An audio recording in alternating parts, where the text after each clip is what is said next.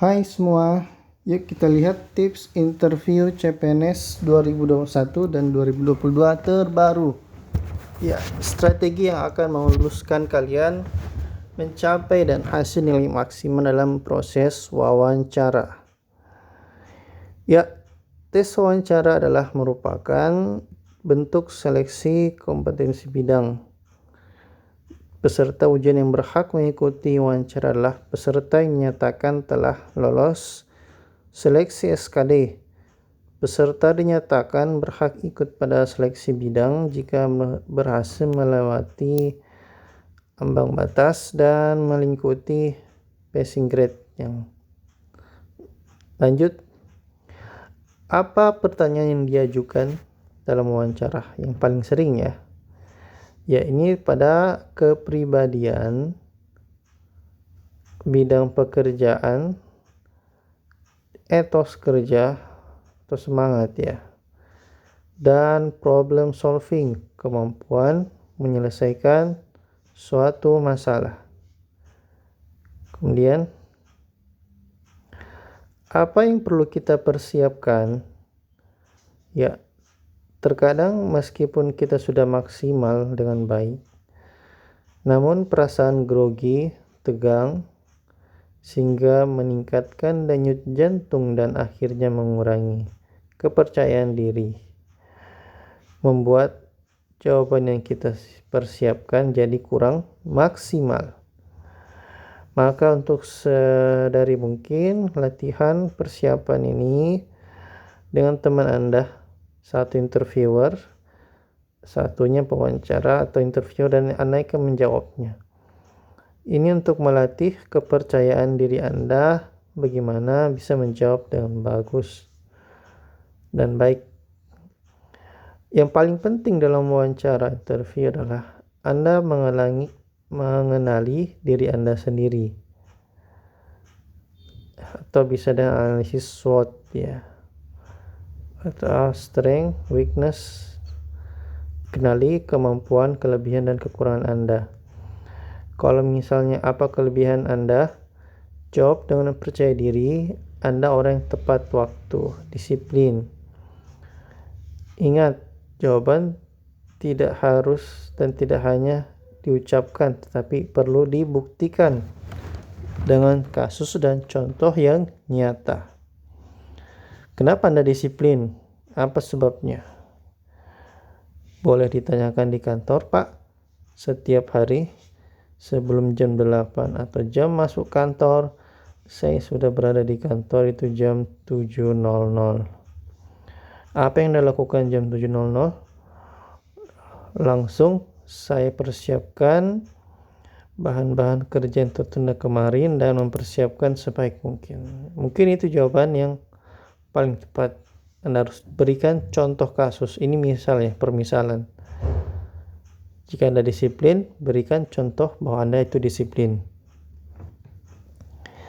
Ya, kemudian jawab pertanyaan semuanya dengan jujur. Terkadang untuk melebih-lebihkan atau membuat interviewer itu terkesan, Anda memberikan statement yang berlebihan atau hiperbola. Ingat, jawaban jujur, namun Anda menyisipkan kisah kesuksesan Anda. Misalnya Anda pernah juara, atau minimal Anda punya kontribusi pada masyarakat. Interviewer tidak hanya melihat sistem akademik Anda atau nilai Anda, tapi juga peran serta Anda pada masyarakat. Ya. Oke, next. Nah, ini pertanyaan yang sulit untuk interviewer. Ya, biasanya interviewer itu sangat sulit mencari atau pewawancara atau yang diwawancarai ya. Pewawancara ini atau interviewer tidak mencari kisah hidup. Ya, oke. Kalau ditanyakan siapa kamu itu siapa sih? Seperti apa sih orang kamu? Kita hanya perlu memilih 4 atau 5 hal yang penting tentang diri kita yang relevan dengan pekerjaan. Ini dapat mencakup keterampilan khusus, kualifikasi, pengalaman bertahun-tahun, atau hasrat untuk bidang keahlian kita. Berlatihlah menjawab dengan ringkas untuk menciptakan jawaban yang elegan. Kira-kira apa sih motif Anda jadi ASN? Pertama, pahami bagaimana sebenarnya kinerja PNS dan bagaimana detail pekerjaannya. Pada pertanyaan ini, pewawancara ingin mencari tahu apa yang mendorong kita untuk melamar kerja di tempat ini, atau apa yang Anda inginkan sehingga melamar di instansi tersebut. Misalnya, Anda ingin jadi dosen, Anda melamar di Universitas Mula Warman, Universitas Indonesia. Kenali dan cari tahu apa sih instansi tersebut, bagaimana kode etik dosennya atau yang sebagainya. Akan lebih bagus jika Anda tidak menyinggung mengenai materi. Ya, kita tahu PNS itu digaji per bulan tetap flat ya, dan ada pensiunan. Tentu saja ini menjadi bahan penarik orang-orang ingin jadi ASN. Tapi jangan sampai Anda melontarkan jawaban yang terlalu jujur mengenai materi tersebut. Ceritakan secara singkat tentang latar belakang pendidikan dan pengalaman organisasi dan bekerja. Ya, pertanyaan ini untuk mengetahui kualifikasi pendidikan kita dan juga seberapa besar kompetensi sosial yang kita miliki, sehingga dapat disimpulkan kita termasuk dalam pribadi yang aktif ataukah yang pasif di masyarakat. Pada pertanyaan ini, pewawancara ingin mencari tahu apa kita saudara yang aktif. Ya, tentunya yang aktif ini yang dinilai lebih ya. Tidak hanya sekedar akademik, namun juga skill sosial apa yang Anda miliki. Anda bisa berbaur ke masyarakat. Ingat, ASN adalah seorang pelayan masyarakat. Mau tidak mau, saat Anda menjadi ASN akan bertemu dengan lapisan sosial masyarakat. Kalau sejak dini Anda kurang memberikan kontribusi, sebaiknya sebelum wawancara persiapkan jawaban yang kira-kira Anda memiliki kontribusi di masyarakat. Ya, masuk organisasi, ikut Karang Taruna, atau ikut siskamling antar RT RW yang menandakan Anda aktif di lingkungan Anda atau di lingkungan kerja Anda. Coba Anda deskripsikan profil kementerian sebagai tempat Anda bekerja. Ya, pertanyaan ini untuk mengetahui seberapa besar pemahaman kita terhadap instansi pemerintah yang kita pilih untuk bekerja. Nantinya kita dapat melihat dan mempelajari prodi profil instansi ini yang di website masing-masing. Ini penting juga ya. Kemudian, pengalaman apa yang Anda miliki dalam bidang?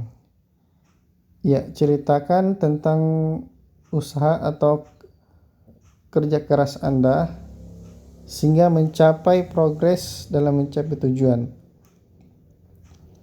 Jawablah sekeahlian dan pengalaman Anda. Berikan jawaban logis yang tidak terlalu berlebihan, sehingga pewawancara pun akan yakin ya. Misalkan untuk Anda sampai di posisi saat ini, di mana misalnya Anda yang anak yatim, ibu Anda meninggal di waktu kecil, kemudian Anda bekerja keras seorang diri, sehingga bisa menjadi sukses dan mendapat gelar sarjana, magister, atau menjadi dokter. Anda ingin jadi ASN, ya posisi ini tidak mudah Anda raih. Anda butuh perjuangan yang besar.